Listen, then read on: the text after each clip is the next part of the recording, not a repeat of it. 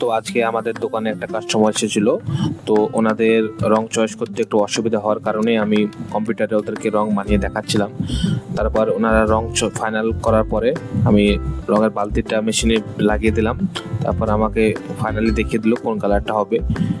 সেক্ষেত্রে আমি সেই মতো করে কম্পিউটারের কালারের জন্য আমি মোবাইলের অ্যাপ্লিকেশনে কোড দিয়ে কালারটি বানাচ্ছি। দেখুন, বানানো হওয়ার পরে ওটিকে জাইরো শেকার মেশিনে ঘুরিয়ে দিলে ওটা সম্পূর্ণ কালারটা বেরিয়ে আসবে, মানে যে কালারটা দেখেছিল সেই কালারটা চলে আসবে।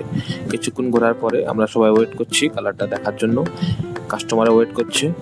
তারপর কালারটা ঘোরানো কমপ্লিট হয়ে গেলে আমি ওটা কাস্টমারকে দেখাতে নিয়ে যাই। কাস্টমার দেখে বলে খুব সুন্দর হয়েছে, এরকম চেয়েছি সেরকম পেয়েছি।